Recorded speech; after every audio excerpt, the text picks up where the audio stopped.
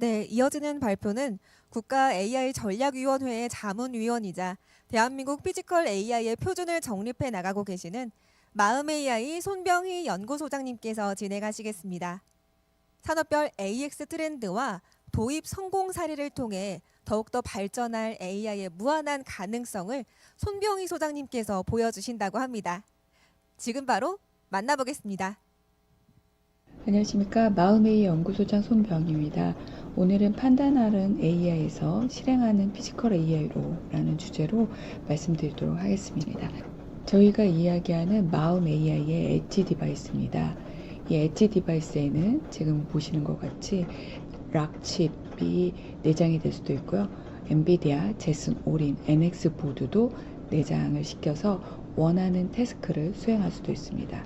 또 일본 사쿠라 칩도 배치가 가능하고요. 이런 형태로 NPU, CPU, GPU를 하나로 탑재를 해서 저희가 로봇의 브레인을 만들고 있습니다. 상용화 유스 케이스들이 있는데요. 지금 첫 번째 보시면은 자율주행을 하면서, 그러니까 무인입니다. 무인으로 자율주행하면서 농약 뿌리는 기계가 있고요. 그냥 단순히 정해져 있는 루트를 통해서 농약을 뿌리는 게 아니라 과수원의 그 지역을 돌아다니면서 예외 사항이 발생이 되더라도 스스로 판단하고 회피하는 기능까지 가지고 있습니다. 그 다음에 두 번째 상용화를 했던 부분들은 서비스 로봇인데요. 서비스 로봇은 실제로 가격이 좀 비쌌습니다. 이 비싼 가격의 로봇을 필요한 리소스만 선택해서 가격을 반 가격으로 줄여서 저희가 로봇을 만들었는데, 그 디자인에서부터 로봇이 나올 때까지의 프로세스도 대폭 단축하면서 기간은 한 달, 비용은 반 가격으로 줄여서 상용화에 성공한 케이스입니다. 그리고 대화형으로 대화를 하면서 안내하는 그런 로봇이라고 보시면 되겠습니다. 그 다음에 세 번째 같은 경우에는 퀄컴 기반의 수다 모듈인데요. QCS6490은 저희가 가지고 있는 휴대폰의 리소스보다 10분의 1 정도 적습니다. 그래서 이 작은 리소스 안에 STT, 스피치 투 텍스트죠. 그리고 LLM, 라지 랭귀지 모델, 그리고 TTS, 텍스트 투 스피치, 이 세 개의 AI 모델을 탑재해서 공기청정기가 대화를 하면서 또는 사람의 명령을 받아서 자유롭게 움직이면서 공기를 청정하는 그런 모델이 되겠습니다. 여기에서는 인터넷 환경이 없는 상황에서도 LLM 모델을 탑재해서 언어적으로 사람의 의도를 판단하는 그런 기능이 탑재되어 있다고 보시면 되겠습니다. 그 다음에 네 번째는 배려 프리 키오스크인데요. 배려 프리 키오스크는 일반 키오스크하고 다르게 휠체어 타신 분이 다가가게 되면 이렇게 보이는 대형 화면이 밑으로 자동으로 내려오게 됩니다. 그래서 휠체어 타신 분이 자연스럽게 정보에 액세스할 수 있도록 그런 특허 기술을 가지고 있고요. 여기에서는 잘 보이진 않지만 이 앞부분에 보시면은 점자 셀이 있습니다. 그래서 메뉴를 점자로 제공을 해주고 있고요. 그리고 무엇보다도 다국어를 지원을 합니다. 그래서 AI는 그런 면에서 강점이 있다라고 보시면 되겠습니다. 브레인에 엣지 디바이스가 있기 때문에 그 엣지 디바이스를 농업 분야에 농약 뿌리는 기계에 탑재하면 자유로운 팜 안에서의 로봇이 되는 거고요. 탱크에 저희 엣지를 부착을 하게 되면 AI 기능이 탑재된 탱크가 만들어지면서 무인 정찰 로봇으로 활용이 된다거나 전술 지원 차량으로 활용이 되기도 합니다. 공공 서비스는 청소차에 사람이 타지 않고도 야간 시간에 인력을 구할 수 없는 그런 시간에 청소차가 대신 청소를 하거나 이런 부분들을 담당을 하면서 좀 효율을 높일 수 있는 혁신의 고부가 가치 사업으로 확장이 된다라고 보실 수 있고요. 건설 분야도 마찬가지입니다. 사람이 일을 하게 되면 9시부터 6시까지 일을 하게 되는데 그 외의 시간에 필요한 검설 기자재를 나르게 하는 것은 로봇이 맡아서 하게 되면 사람은 순수하게 근무 시간에는 본연의 업무만 할 수 있고 그리고 집중할 수 있는 시간을 확보하게 되는 그런 부분이 되겠습니다. AI 기준이 바뀌고 있는데요. 그 전에는 생성형 AI로 우리가 텍스트나 이미지 중심으로 AI를 활용을 했다라고 하면 이제는 로봇 중심의 행동을 하는 그런 피지컬 AI로 AI의 기준이 바뀌고 있습니다. 그리고 행동하는 로봇이 클라우드에 반드시 접속해서만 동작이 되는 게 아니라 네트워크에 없는 상황에서도 온 디바이스, 엣지 디바이스에 원하는 기술을 탑재를 해서 실시간으로 대응을 하기도 하고요. 그리고 온 디바이스로 탑재를 해서 기술이 보호가 되기 때문에 자연스럽게 보안의 이슈도 해결이 되는 그런 부분이 되겠습니다. 그리고 올해는 우리가 또 눈여겨봐야 될 부분이 중국 기업들입니다. 무섭게 추격하는 형국이었는데요. 그런데 이것도 기준이 바뀌고 있습니다. 중국 기업이 기준을 제시하는 제시자로 지금 우뚝 서려고 하고 있습니다. 그 이유는 모든 기업들이 대부분 중국 기업은 하드웨어를 대량 생산을 하고 있습니다. 그렇기 때문에 글로벌의 중국 기업들의 로봇이 어떤 포션을 많이 차지하게 되면 사실상 그 하드웨어가 표준이 되게 됩니다. 그런 부분에 있어서 AI의 기준이 지금 말씀드린 피지컬 AI 온 디바이스 기준 제시자로 변하고 있다라고 보시면 좋을 것 같습니다. 기술 키워드는 5가지입니다. 먼저 VLA인데요. 이제는 행동을 하는 LLM 기준으로 판단만 하는 게 아니라 인식하고 판단하고 행동을 하면서 통합하는 그런 AI 기술이 북상이 되고 있습니다.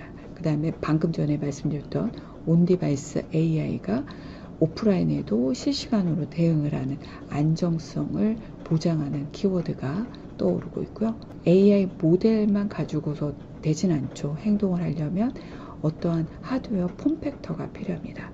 그래서 로봇 하드웨어에 최적화된 성능과 비용과 운영이 같이 어우러지는 버티컬 인티그레이션 기술이 화두가 되겠습니다. 그 다음에 오토노미입니다. 규칙 기반이 아니라 상황을 판단해서 로봇 스스로가 또는 기기 스스로가 자율적으로 의사결정을 하는 그런 부분으로 기술이 넘어가고 있습니다. 그 다음에 로봇이 한 대가 움직이는 게 아니라 여러 대가 움직이게 되죠. 그래서 로봇의 SI, 로봇을 하나로 묶는 관제 솔루션이 또 대두되고 있습니다. 그래서 VLA는 보고, 이해하고, 물리적으로 행동하는 모델인데요. 우리가 움직이는 거 하면 가장 먼저 떠오르는 게 자율주행차입니다. 그래서 엔비디아도 알파마요라는 자율주행 모델을 오픈을 했고요. 공개되어 있습니다. 한번 영상을 준비했는데요. 같이 보도록 하겠습니다.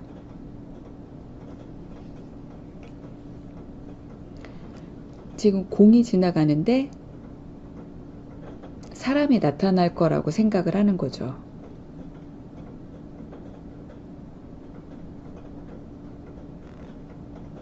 그래서 데이터셋을 시뮬레이션 환경에서도 돌릴 수 있도록 생태계를 만들었습니다. 네, 이런 식으로 시뮬레이션 환경에서 데이터를 수집해서 바로 테스트해 볼 수 있고요. 이것을 데스크탑 또는 클라우드 형태로 모든 생태계를 오픈을 했으니까 여러분들도 테스트해 보시면 좋을 것 같습니다. 그 다음에 온디바이스는 클라우드에 거치지 않고 기기 내부에서 직접 연산하면서 보안과 속도를 극대화하는 기술입니다. 보통 비전을 통해서 데이터를 확보를 하고 그것을 사람에게 전달하는 그런 역할을 하게 됩니다. 또 경우에 따라서는 스마트폰으로 알람을 줄 수도 있고요. 지금 보신 로봇은 대화 없이 화면으로 보여주는 형태인데요.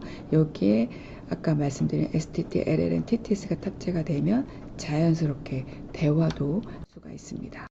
그 다음에 버티컬 인티그레이션은 아까도 말씀드렸듯이 알고리즘에서부터 하드웨어까지 한 기업이 모두 하기에는 힘듭니다. 그래서 버티컬 인티그레이션은 연합을 해서 넘어가고 있는 산업부에서도 맥스라는 얼라이언스를 만들어서 여러 기업들이 같은 방향을 바라보고 함께 움직이고 있습니다. 특히 제조 현장에서 움직임을 보여주고 있고요. 왜 그러냐면 로봇 같은 경우에는 여러 기술들이 복합적으로 들어가 있고 또 손동작도 정말 해야 될 부분들이 많습니다. 이런 부분들을 같이 연결해서 보게 되는 거죠. 그래서 엔비디아든 AMD든 인텔, 퀄컴 모두가 다 반도체, 소프트웨어, 플랫폼 이것을 서비스 수직 통합을 해서 확장하는 형태로 가고 있습니다. 그 다음에 오토노미입니다. 이번 CS부터 정말 집중해서 보고 있는 로봇 하나가 현대자동차의 아틀라스이죠. 스스로 판단하고 새로운 전략을 짜는 단계로 진입을 하려고 하고 있습니다. 특히 아틀라스 같은 경우에는 제조 특화 형태로 만들려고 하고 있고요. 그래서 제조 현장에서 사람 없이도 로봇이 스스로 일을 할 수 있는 그런 형태로 가려고 하고 있습니다. 이것으로 그 노조하고의 또 문제도 있게 되는데요. 근데 이것을 부정적으로만 보지 말고 실제 현대자동차 같은 경우에는 미국에 공장을 짓고 있는데 미국 공장에 파견해야 될 근로자들을 어떻게 할 것인가 굉장히 고심이 큽니다. 그래서 서로 목소리를 내면서 타협하고 같이 상생할 수 있는 구조로 갔으면 좋겠습니다. 그 다음에 SI는 여러 관제 시스템들이 많습니다. 특히 스마트 팩토리 같은 경우에는 지멘스가 글로벌 1위 기업이어서 산업용 로봇 통합 관제 솔루션이 굉장히 잘 돼 있습니다. 근데 여기에 다양한 로봇들을 어떻게 묶을 것인가 그런 것들을 같이 고민하면 좋을 것 같습니다. AI는 뇌, 로봇은 몸 이런 형태로 시스템 통합 경쟁력을 확보하는 시대가 됐습니다. 그래서 저희 마음의 AI도 아까 말씀드렸던 메이드라는 엣지 디바이스를 로봇 위에다 넣어서 브레인 역할을 하게 되는데요. 이게 어떻게 동작이 되는지 보겠습니다. 실제 로봇은 행동만 하는 그러니까 근육만 움직이는 형태로 보통 대부분이 출시가 됩니다. 그러면 거기에서 보고 판단하고 행동하는 것까지는 어떻게 갈 것인가 그 문제거든요. 한번 영상 준비했으니까 같이 보시죠. 마음 AI 로봇은 단순히 움직이는 게 아니라 로봇이 보고 듣고 판단해서 행동합니다. 그 핵심에는 로봇 안에서 동시에 뛰는 마음 AI 심장이 있기 때문입니다. 저희가 직접 개발한 파운데이션 모델인데요. 첫 번째 심장이 세상을 이해하는 언어 모델이고 두 번째 심장은 사람과 자연스럽게 의사소통하는 대화형 언어 모델입니다. 세 번째 심장은 스스로 판단하며 실제 움직이는 자율주행 모델인데요.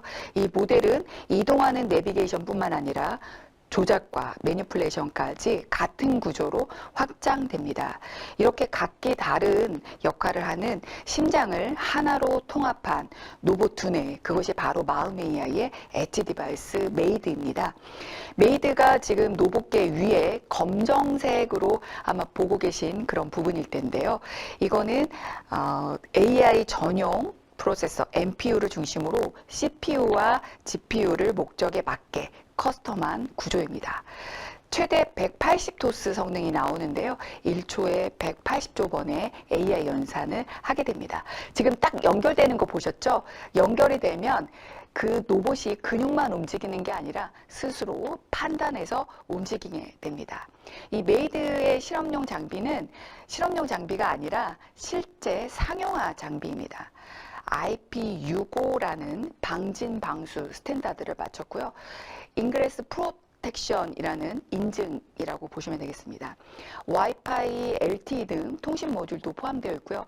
CS에서는 저희가 이 부스 내에서만 운영이 될 수 있는 온디바이스 기술과 그리고 온프레미스 기술을 탑재해서 로봇이 움직이게 됩니다. 지금 오퍼레이터가 사람 오퍼레이터가 로봇에 명령을 내리는 게 있고요. 소리가 잘 안 들리실 수도 있는데 로봇끼리도 대화를 합니다. 그래서 로봇에 사람이 먼저 명령을 내리고 그 명령을 듣고 자기가 뭘 수행을 해야 되는지 파악을 합니다. 지금 앞에 크게 보고 계신 모니터가 RMS 로봇 매니지먼트 시스템이고요. 지금 로봇이 움직이죠. 이 주황색 로봇이 움직이는데 중앙 패널에 스테이터스를 쭉 확인합니다. 확인하면서 뭔가 이상이 발생이 돼 있는데 보일러가 좀 이상이 있는 것 같다. 이렇게 지금 판단을 해서 보일러 룸에 가 있는 파란색 로봇에 음성으로 명령을 내리게 됩니다. 그래서 서로 이제는 로봇이 로봇에게 음성으로 명령을 내리기도 하고요. 지금 이동하죠.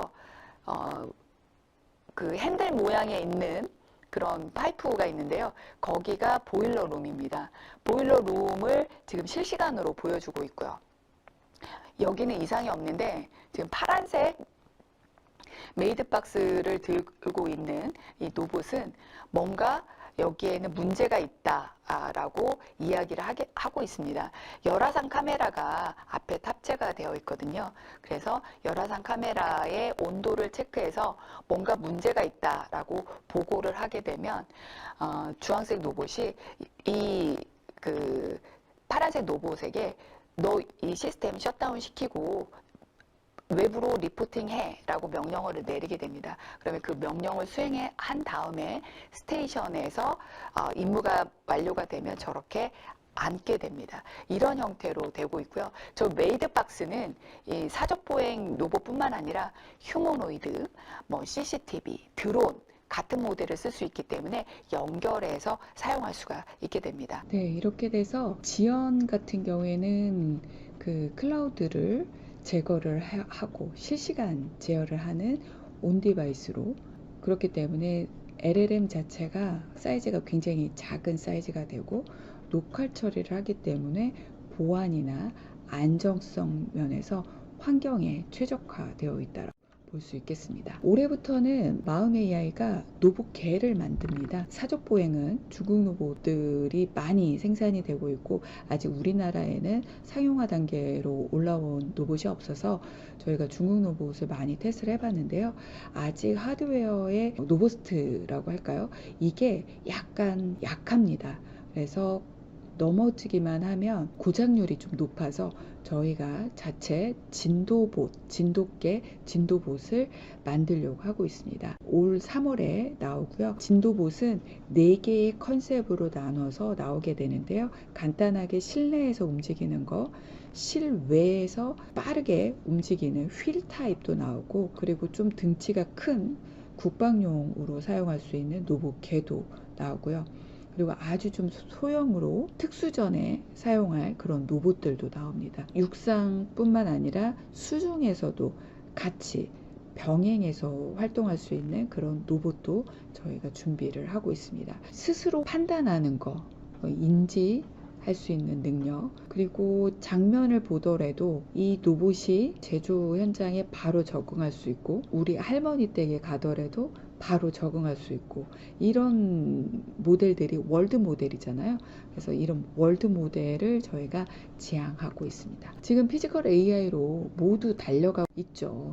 메가 트렌드의 이슈도 있거든요. 급속하게 출산도 떨어지고 고령화 사회로 진입하고, 그리고 제조업에는 청년층을 구할 수도 없고, 그리고 기존의 청년층도 이탈하는 그런 구조를 보게 됩니다. 그래서 이런 부분에서 빠르게 우리가 준비를 해야 되는 부분이라고 볼 수가 있겠습니다. 글로벌도 엔비디아는 제가 서두에도 말씀드렸고, 그 외에 오픈 AI도 본인만의 B2C 플랫폼을 구하기 위해서 우리나라에 와서 카카오하고 같이 협업을 하고 있죠. 그래서 모든 기업들이 빠르게 움직이고 있습니다. 이런 면에서 AI가 이제는 명시적인 부분만 판단을 있다라고 하면 암묵적인 부분도 판단을 하는 데이터를 잘 모아서 로봇이 사용할 수 있는 데이터를 모아서 활용을 해야 되겠다. 왜 그러냐면 삶에 들어오기 시작했습니다. 로봇이. 그래서 누울 기반으로는 로봇과 같이 협동 작업할 수 없는 부분이기 때문에 이제는 VLA, 비전 랭귀지 액션 모델로 가야 되는 국면이죠. 테슬라의 일론 머스크도 이제는 본인들은 세계 최대 로봇 기업이라고 합니다. 전기 자동차, 자율주행 자동차를 만들었는데 이것을 확대해서 보게 되면 로봇의 부품하고 똑같습니다. 그렇기 때문에 로봇으로 바로 진입을 했고 여기에 뒷받침했던 엔지니어가 누울 기반으로 코딩을 하다가 분석을 해보니 엔드투엔드로 풀 셀프 드라이빙을 AI로 만들 수 있다라고 제안을 하면서 급속하게 데이터 드리븐 방식으로 테슬라가 넘어가고 있습니다. 그래서 테슬라는 그 모델을 자동차에도 쓰지만 옵티머스 로봇에도 쓰고요. 또 옵티머스의 로봇은 아까 말씀드렸던 그 월드 모델을 지향을 하고 있습니다. 그래서 하나의 로봇이 여러 가지 일을 수행하게끔 지금 만들고 있는 부분이라고 볼 수 있겠습니다. 테슬라, 피겨 AI 다 미국 기업이죠. 중국 무섭게 치고 올라온다고 말씀드렸습니다. 이 중에 에지봇이 엔드투엔드로 보고 판단하고 행동하는 VLA 기반으로 휴머노이드를 만들고 있습니다.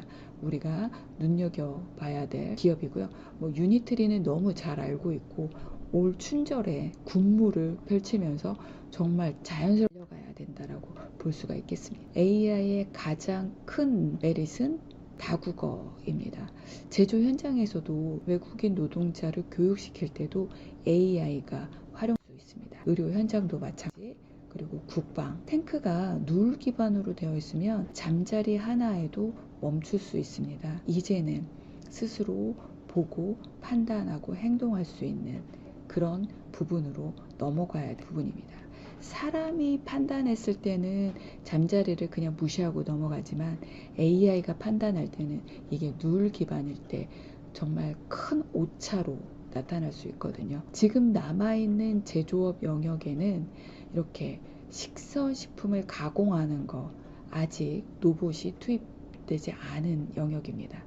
그리고 와이어 하네스 조립하는 거 굉장히 어려운 부분이거든요. 이 부분을 로봇이 할 수 있다라고 하면 정말 100% 자동화를 만들 수가 있습니다. 용접하는 엔지니어들, 정말 숙련공들이 고령화에 진입을 해서 그 전수자를 구할 수 없는 상황이 됐습니다. 그래서 빠르게 지금 이것을 우리가 해결해야 되는 사회 문제로 되고 있습니다. 그래서 피지컬 AI를 실증할 수 있고 데이터는 로봇이 쓸 수 있는 데이터를 만들어서 고품질의 데이터 공장을 만들어서 구축을 좀 같이 해서 선순환 구조를 만들어 보자. 그게 핵심이다라고 볼 수가 있겠습니다. 실데이터를 구할 수 없기 때문에 가상 공간에서 만들어야 되잖아요.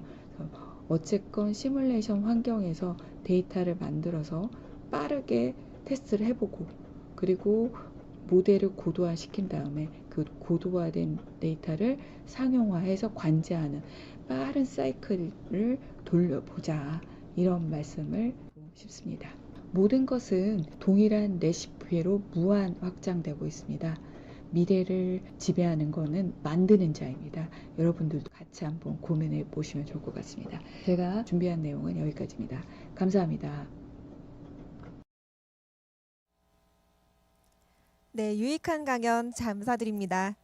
다양한 현장에서 AI가 실제로 어떻게 혁신을 일으키고 있는지 확인할 수 있는 시간이었던 것 같습니다.